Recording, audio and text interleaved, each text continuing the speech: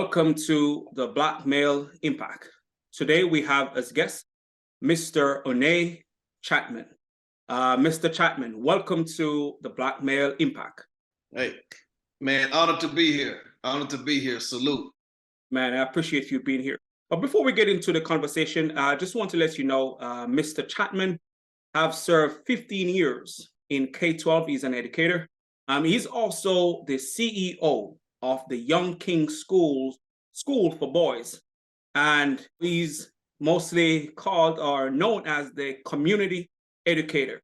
And as you hear community educator, you know that this man have been doing the work, not just only where he's at, but wherever he goes, because he's that type of educator.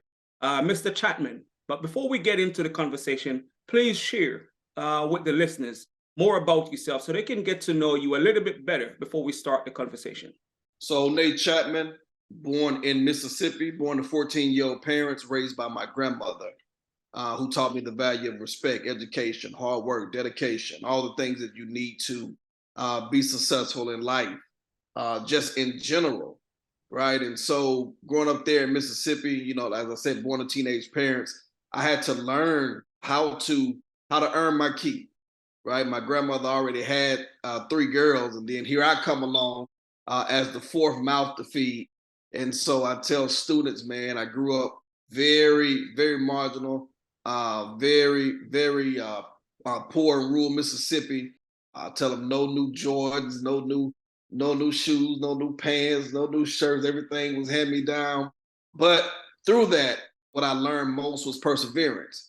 And so I take those very lessons that I learned growing up in that environment to now push myself into what it is that I do every day, and that's educational consulting across the nation. Man, that's awesome. And it's needed, not just doing the educational consultant, but your presence as a Black male doing it. And not only that you're doing the work, you understand. Because I think, yes, we can learn what to do, but when we have gone through the experience ourselves and we overcome it, then we can help those who are dealing with those same students to make the connections that's necessary. And I think that is really important, being that person who have been through some of the same challenges, because it helps to make those connections and help others to make the connection that is needed to help the students to be successful. And that's great. That's a really powerful story because a lot of people sometimes walk that path, but they don't make it to where you are on your journey making the impact, because some people succumb to their challenges. So that's commendable that you have overcome the challenge and to be where you are and to be doing the work that you're doing. So, man, that is great. So we're going to get straight into the conversation, man, because what I see the work that you're doing and I see the impact that you're making. So my first question to you is, what is the mindset that it takes to make a positive impact? The mindset that it takes is one of growth, right? You have to have a growth type of mindset. And so I'm very big on personal development. I'm a personal development junkie.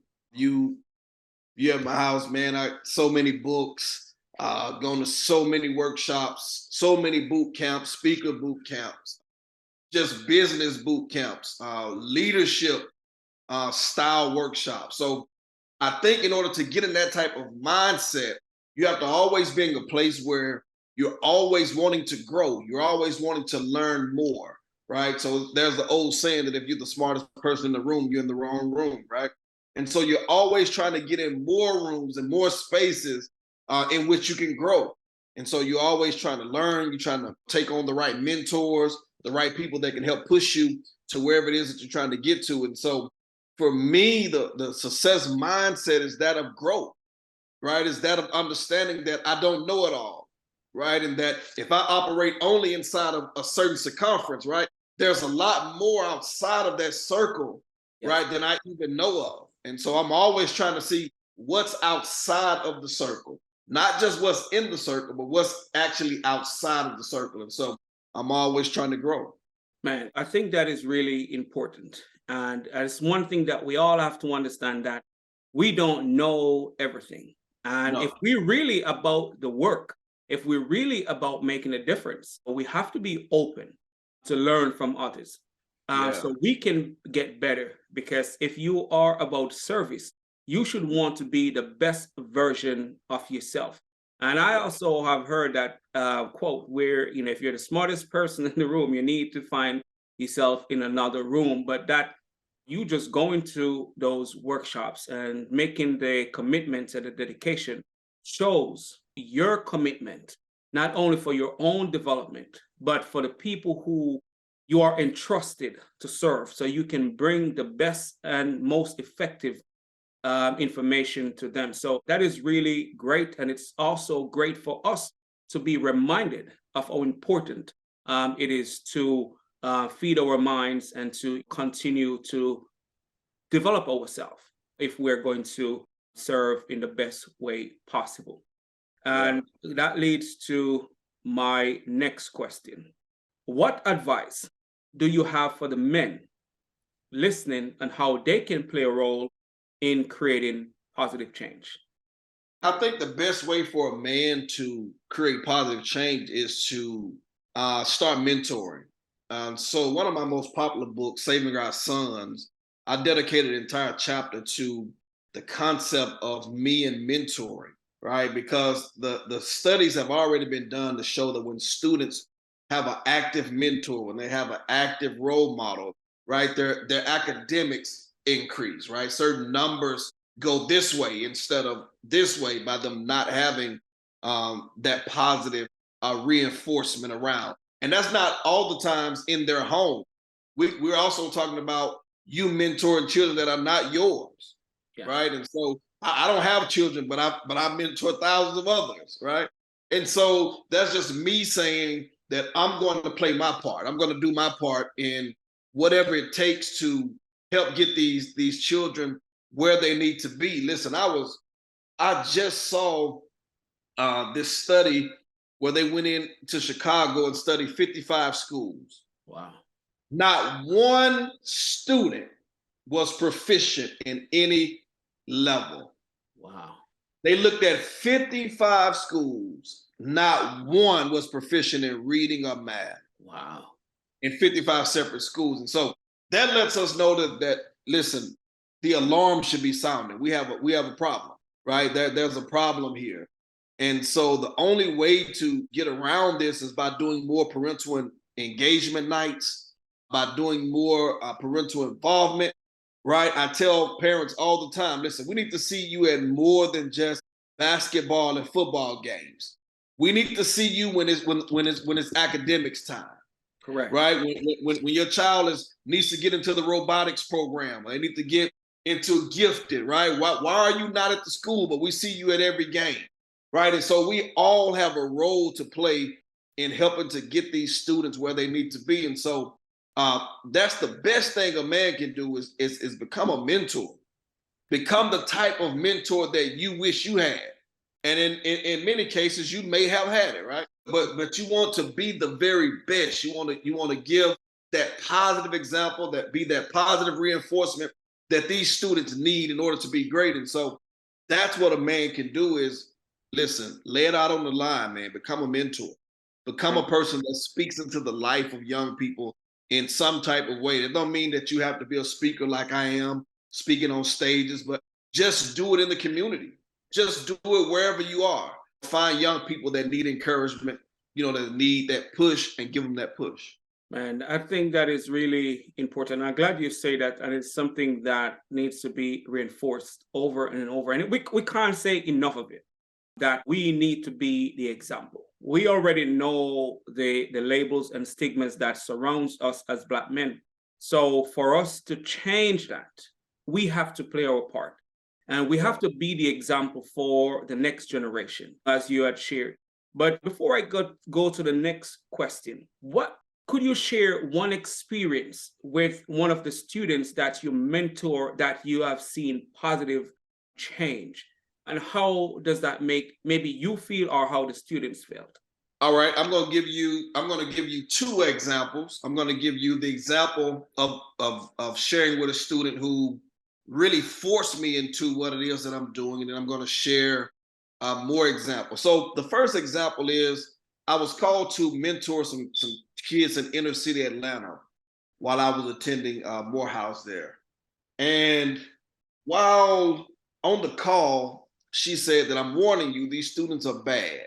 Wow. And I don't like to call students bad because I always believe there's a way. There's a way that we can get them to where they need to be. And I said, okay, let me see. So I get there, and they put students in the room from the age of 5 to 18. So they already have jacked me up, right? Because any educator knows you got 5-year-olds in the room. They're disrupting the room while you're trying to speak to the teenagers. And so it was just a big mess going on, right? But when I finally got the room quieted down, and I began to go around the room, and I began to look at every young man. I said, young man, tell me what you want to be. Tell me what you want to be. I got the usual answers: doctor, lawyer, NBA player, NFL player, all your usual answers that you get inside of schools. But I got to one young man, and I asked him what he wanted to be, and he looked back at me, and his response is one that has always stuck with me. I've never been able to forget it. He says, I want to get me a gun. I want to hang out on the block and sell drugs. Wow. Right? And so, and look, my face was just like your face just was when I got this response. I looked at him because I was so shocked at his answer. I said, young man, how old are you? He looks back at me and he says, I'm 7. Wow. Right. And at that moment, it became clear that this work is so serious, yeah. Right? It's too serious for us to be so casual with it, right? I think we're too casual with it. We do it in such a lackadaisical type of fashion sometimes, and while we're doing that, these students are falling through the cracks. And so, like I said, at that moment, I understood then what my true purpose was, and that my purpose was to ensure that a young man that age or any other age never gives that answer again. And so since that day, I've been like a man on fire, just trying to do all I can in the area of mentoring, in the area of educational consulting with these students to help get them to where they need to be. And so that was a major example of a life-changing moment that I had between myself and a student. Another example positive example would be just the many testimonials we've gotten from working with these boys. When their parents come and tell you, my son's life has changed since you've been working with him. He's no longer bullying other children. He's not standing in the bed all morning, but he actually is getting himself up. He's actually ironing his own clothes. All I want to hear is that he's taking some type of initiative. Correct. Because you have to remember, before we started working with him, he had no initiative, right? He was just floating through life. And so the positive thing is that anytime we can get a young boy to move from no action to initiative, then we know we're on the right track. And so, but we have so many of those. I mean, too many to count. And that's just by the sheer nature of going to so many places that we've gone to over the past 15 years. Man, that's awesome. Especially, I really like what you shared about that. We are taking it too casual for such a need. We are taking it too casual, knowing that these young men need the support. And it's not from what I'm realizing is because of all the things that they're exposed to, where especially now where social media is more prevalent. And if they don't see a lot of positive examples, because what I tend to see share the most and have the more engagement are the negative things. So it means it's going to populate on their timeline more than the positive things. So you're right. We have to get really serious about the need that needs to take place for the support of the next generation whilst they go through their journey. So that leads me to my next question. how can we, as Black men, help to change the narrative? And I know you just shared be a mentor, but what else do you think that we can do outside of being a mentor? Because that is really critical that we do. But what else can we do to help change the narrative? And you can focus on any narrative. I would say that we have to spend more time in, as I mentioned earlier, personal development, right? Also going to get counseling, right? I don't know a Black man alive that does not need counseling, right? Just due to the nature of what we've gone through in this country and the diaspora as well, right? Just being under oppression causes us to have to need that type of counseling. As Dr. Jordan DeGrew has called it, post-traumatic slave syndrome. Yeah. And so when you're talking about these types of things, you say, okay, how can we begin to change the narrative, right? And that narrative is the beginning of that change is us getting the help we need to become that positive reinforcement, right? That we need to be. Also, we can change the narrative by changing what we listen to, changing what we say, changing what we do. I tell people all the time that we are the only group of people that can literally get in our car, turn on the radio 24 hours a day, 7 days a week, and hear in real time the message of a Black man killing another Black man. There's no other group of people that would allow that to be pumped into their children, right? And this is 24 hours a day, no matter where you are. You could be in LA, you could be in Atlanta, you could be in DC, you could be down in Florida. It does not matter where you are. You can get in the car, turn on any hip hop radio station and hear Black men talk about killing other Black men. I like to say, what do you think that's doing to your young men? What do you think that message is doing to the minds and the psyches of young boys, right? Also, whenever they hear certain things about women that look like them, what do you think that's doing to their psyche? So you have to change the narrative by changing the message. Wow. The messaging has to be changed in order to change the narrative. And that's why we do the work we do, because we're on this mission to change the messaging. Because if the messaging is off, everything else will be off, right? And so that's why we spend a lot of time saying, hey, I know you're going to listen to it. I'll listen to it. I grew up in one of the strictest homes you can grow up in, growing up with my grandmother. And I still snuck and listened to it when she didn't know, right? But what I'm saying is, I'm not telling you not to listen to it. But what I do is I get boys to decipher the messages. So I'll put messages on the screen that's in the music, and I'll say, okay, what is he saying? Yeah. What's negative about what he's saying? What's positive about what he's saying? And how can you avoid the pitfalls of the negativity that's coming through? And so that's an exercise that I like to do, with my boys. I put Biggie lyrics on the screen. I put Jay-Z lyrics on the screen, Lil Wayne, whoever, is out at that time. And so I think you have to change the messaging in order to change the narrative. Man, that is powerful right there, because we're conditioned by what we listen to.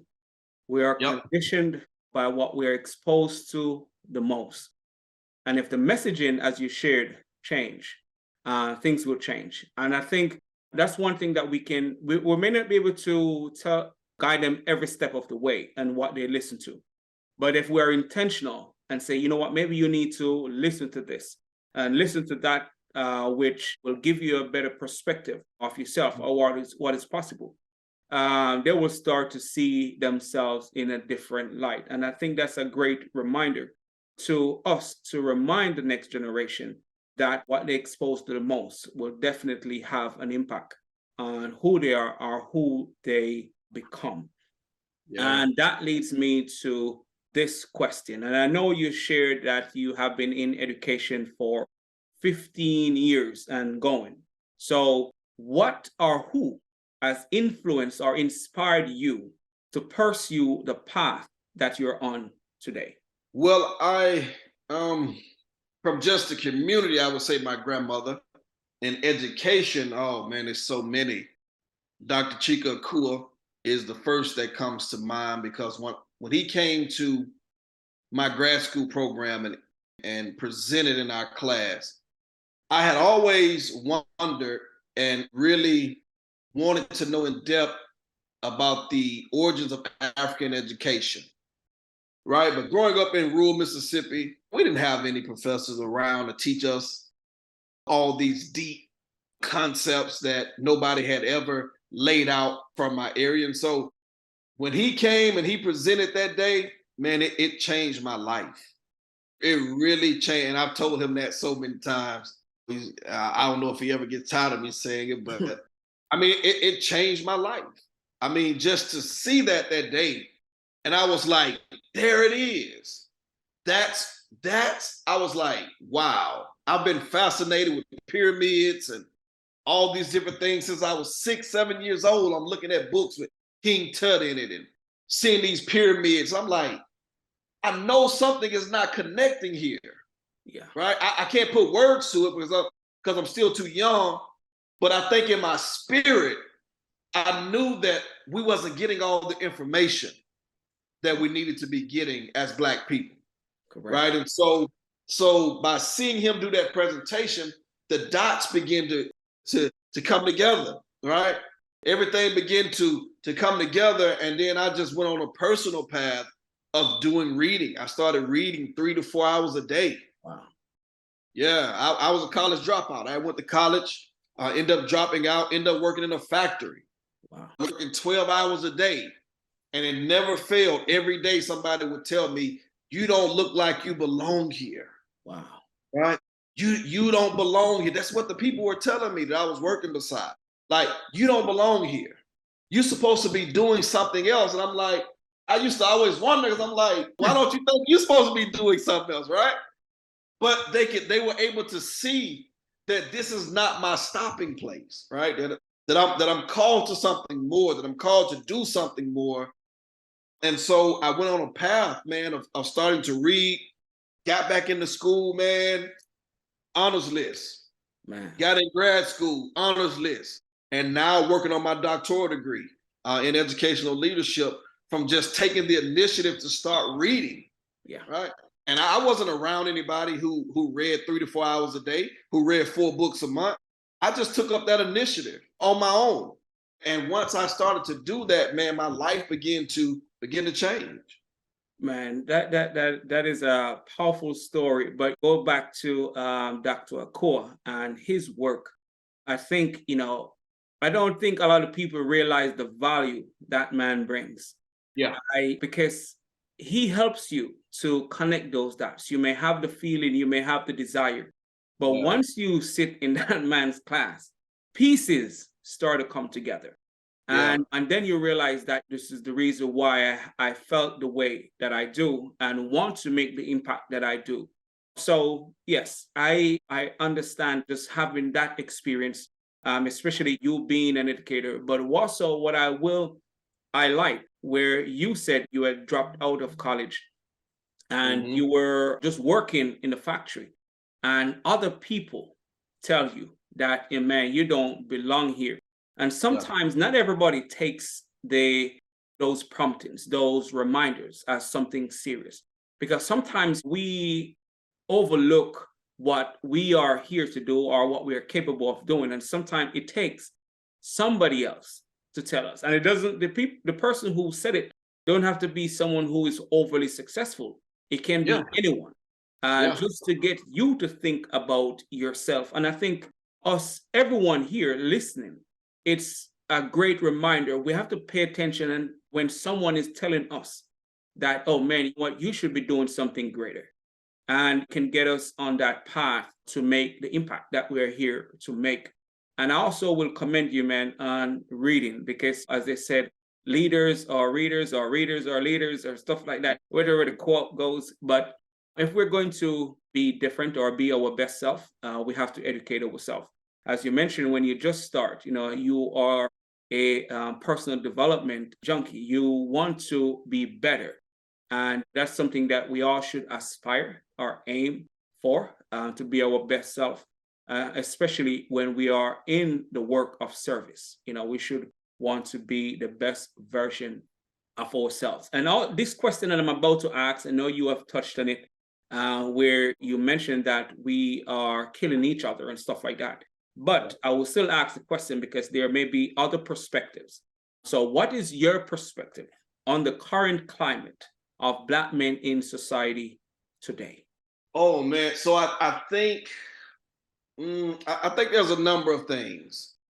So I think we have those that should become personal development junkies, right?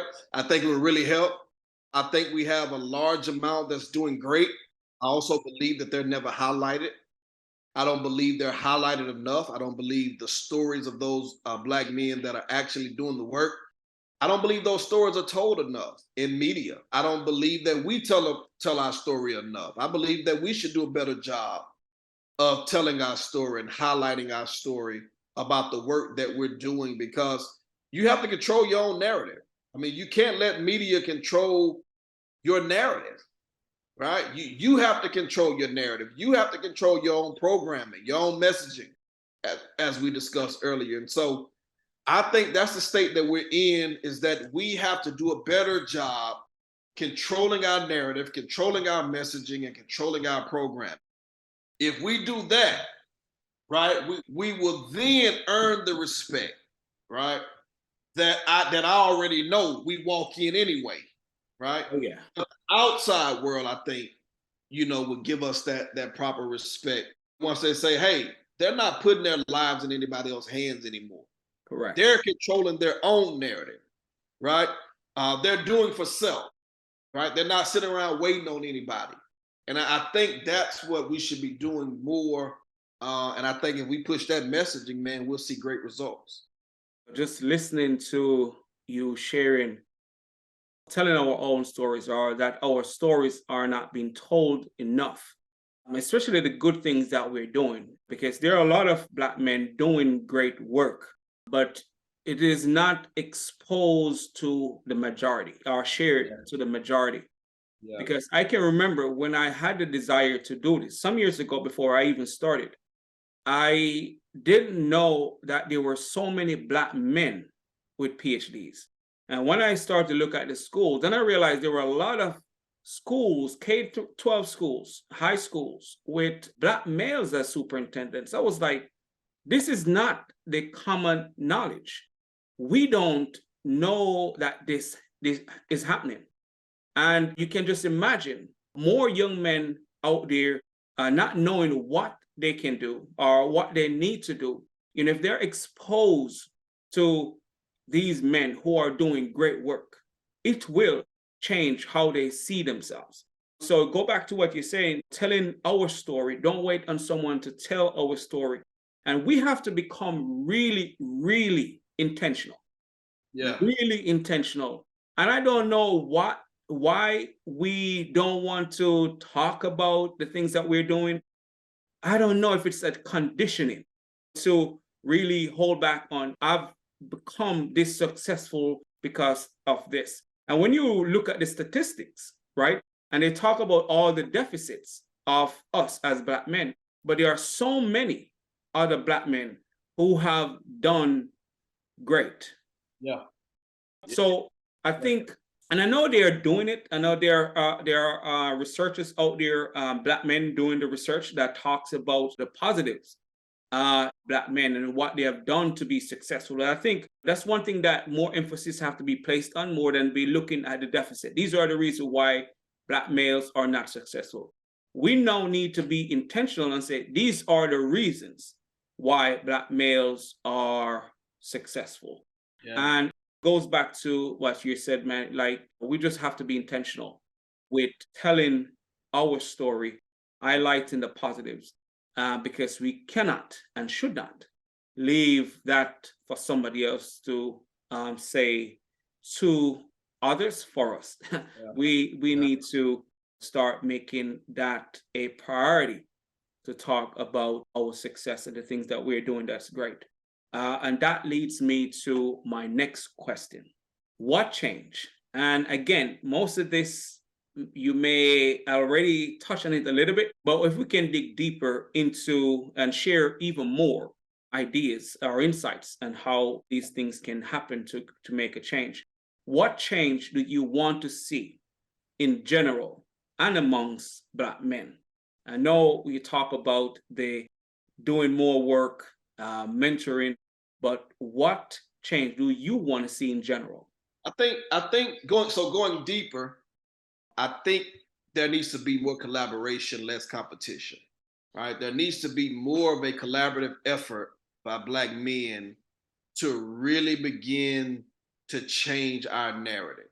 Right? You hear that a lot, that people say, hey, we're gonna change the narrative, but they don't put in the unified work, the collaborative efforts to really push, the group where it could be. I think we have to start working together more. So I wanted to become intentional about that, man. So what I did was I started a group called the Three Kings, right? It's just, we're not really on paper, but it's just me and two other guys that consult together.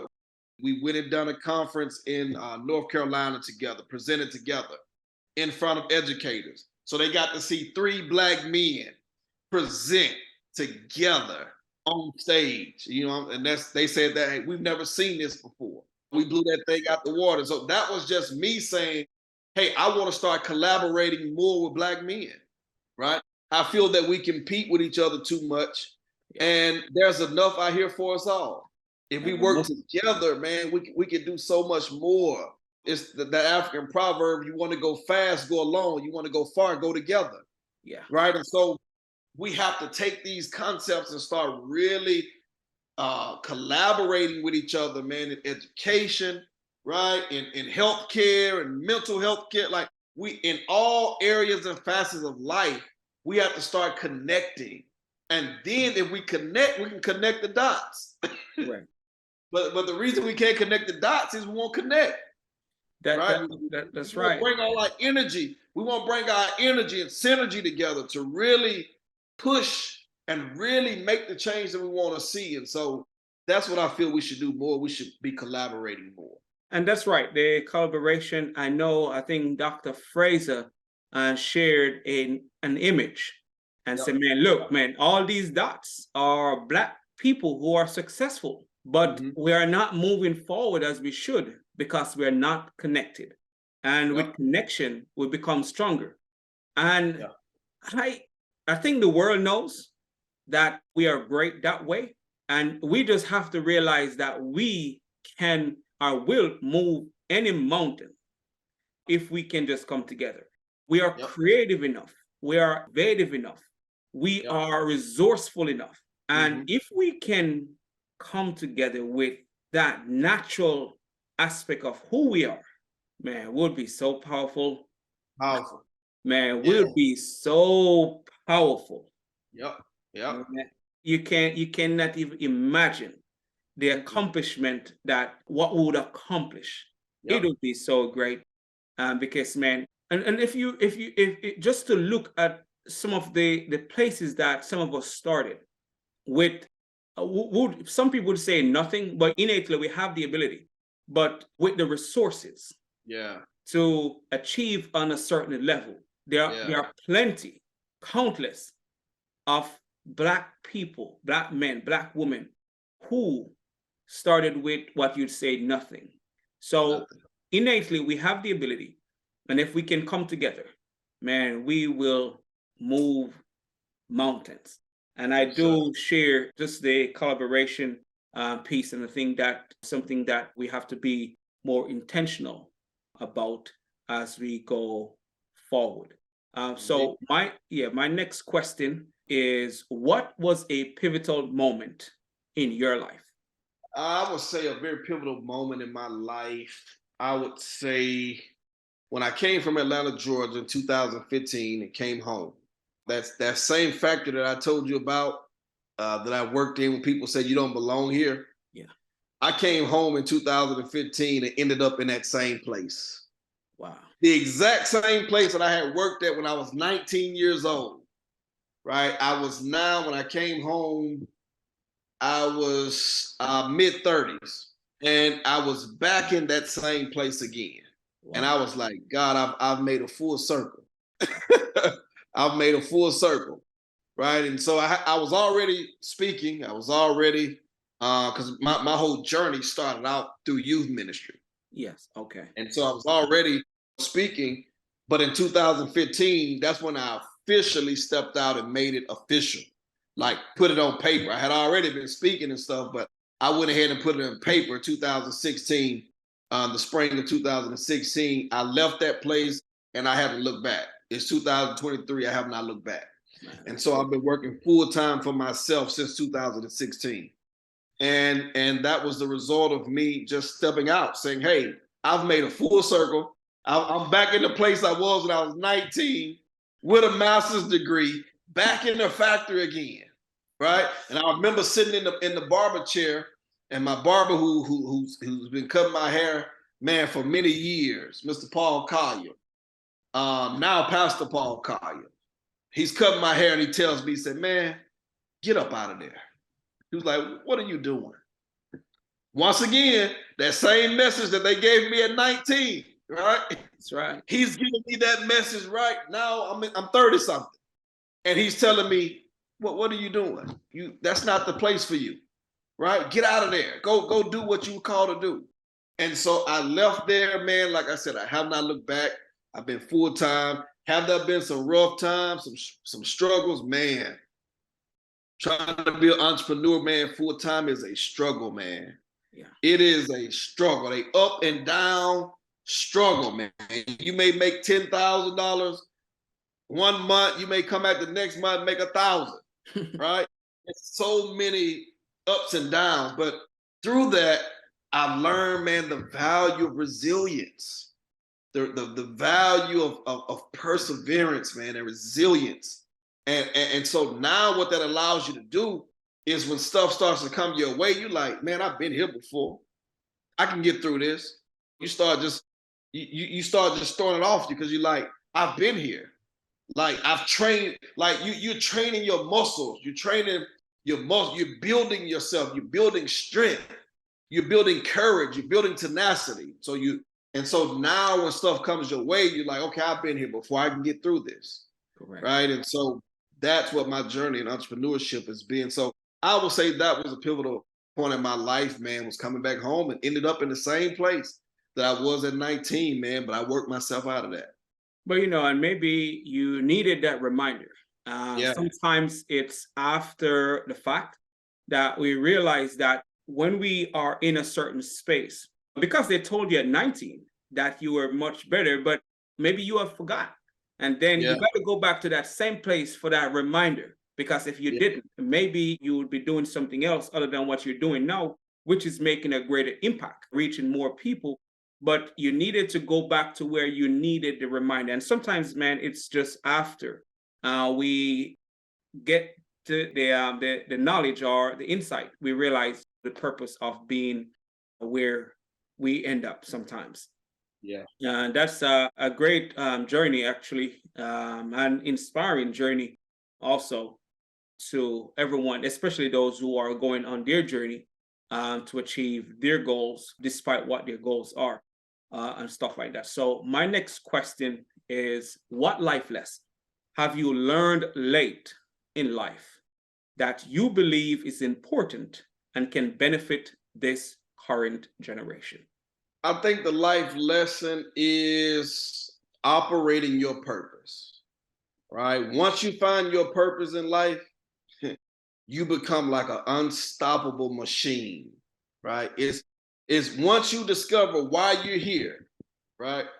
You become unstoppable. It was Miles Monroe, who's one of my favorite all-time speakers, all-time pastors, Dr. Miles Monroe. That's right. So the place on earth is the graveyard. He said so many people go to the grave with gifts and talents they never use.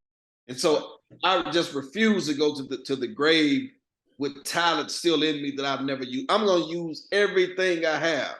I speak, I write books. I'm up to 26 books now. That's right. That's right. And more come out of me daily. That's right. So that's just me saying, I'm using everything I have to get the message out.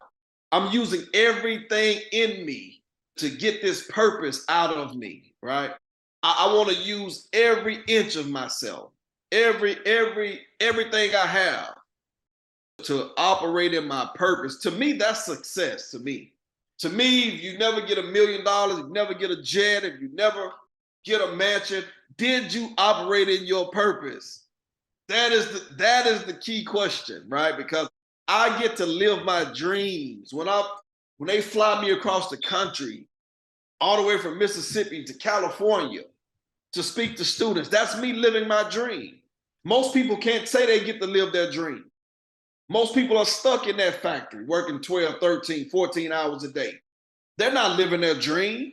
They're not doing the things they dreamed about when they was children, right? But I get to actually live out my dreams. Like I actually get to see the light bulb come on when I'm talking to students. There's no greater feeling, right? And so for me, that's the life lesson I've learned is you have to operate in your purpose. And the reason we see so much mediocrity around us is we're surrounded by millions of people who are not in their purpose.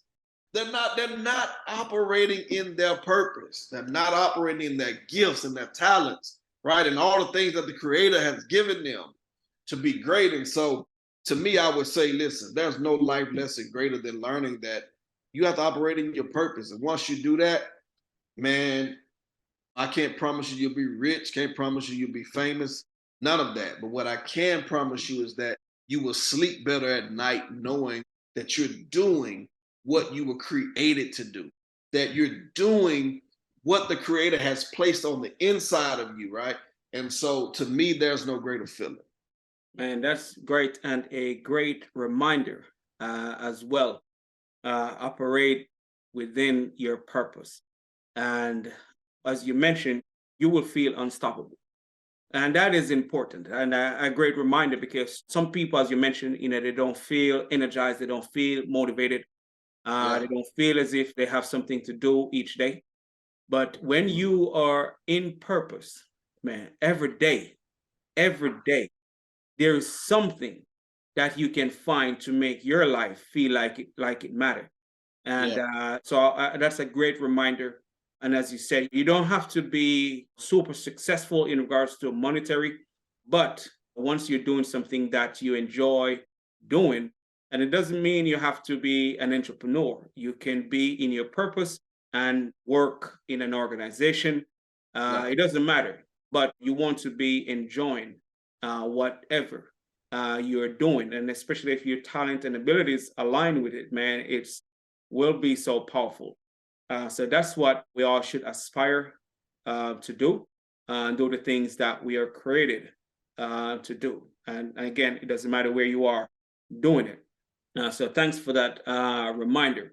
So my next question, before my final question, where can the listeners find you and help support the great work you're doing to make a difference? So you can find me on Facebook at OC Chapman, not O'Neill Chapman. That page was hacked 2 years ago. OC Chapman. OC Chapman is on, that's what I am on Facebook.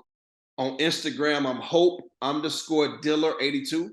So Hope_Diller82. You can find me on LinkedIn under OC Chapman. And that's where I am. All my books are on Amazon. Just type in O'Neill Chapman. That's O'_NAE Chapman, CHATMAN. All my books will come up right there.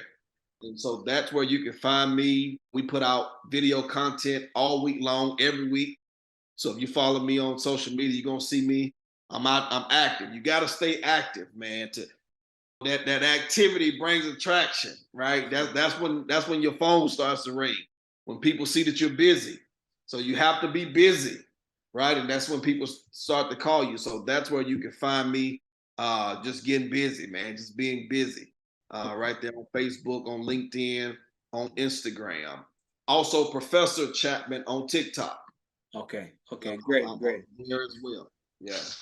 Well, I will put a way to connect with you in the description so they can reach out to you at any time to learn more and maybe to get some of your books or to book you for speaking and stuff like that. So they too can be impacted in a positive way with the message and the information that you have been sharing with others. So my next question, my final question is, what impact do you want to have on the world? Man, the impact I want to have on the world is that of legacy, that of purpose, that of legacy. When I think about Dr. Monroe, I think about a guy who left 60 some 70 books behind, who left thousands of YouTube videos, right? That people are still gleaning from, still learning from. He's been gone since 2014. So that is a true example of a person leaving a legacy. So that's what I want to do. I want to leave a legacy. Dr. Howard Thurman, mentor of Dr. Martin Luther King, has a quote that says, "Don't ask what the world needs. Ask what makes you come alive and go do it. Because what the world needs is more people that have come alive." That's the legacy I want to leave. I want to leave a legacy that this young man came alive one day. And because he came alive, he changed the whole world. Man. And so that is the legacy that I want to leave.